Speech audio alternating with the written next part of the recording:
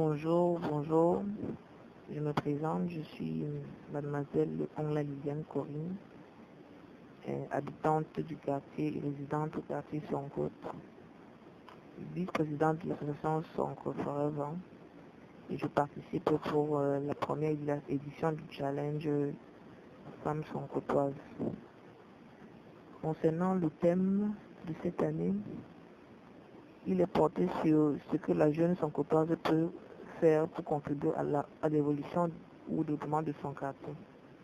Tout d'abord, j'aimerais dire que la jeune Sonkotoise peut être utile à sa communauté en ouvrant une librairie numérique ou physique ou une petite école commune de langue maternelle du côté éducationnel.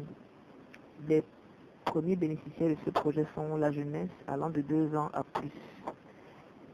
Ceci en donnant et en recrutant les doyennes et femmes dynamiques du quartier. Le regroupement de ces femmes actives pourront proposer 1 à 2 heures de cours de répétition accélérés sur les langues vernaculaires, bien sûr au choix, en dehors des langues officielles.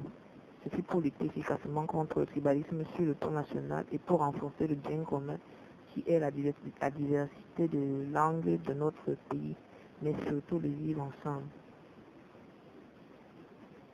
Ce projet représente une initiative de développement sur le plan linguistique et par ailleurs justifie l'unité du quartier, ainsi l'unité et l'amour pour notre pays en général et pour notre quartier en particulier. Les acteurs en présence à impliquer sont la mairie, notre association Sonko Forever, les différents représentants des diverses associations et aux groupes de toutes formes dans le quartier et surtout la présence des élites pour le bon déroulement du projet. Pour cela, le projet engage un certain budget et le recrutement effectif selon la maîtrise de la langue des jeunes compétents, aguerris et dynamiques ayant le sens du partage avec une grande culture. Pour cela, on aura besoin de 2 classes pour un effectif de 30 élèves, tous sexes confondus, par classe. Vu que le quartier regorge plus de 365 enfants, garçons et 349 filles, avec la complicité des parents, on pourra en moyenne multiplier un effectif de 30 élèves par jour sur 12 jours, garçons, et un effectif de 30 élèves par jour sur 11 jours filles, et avoir un quota de 15 garçons, 15 filles pour éviter toute forme de discrimination.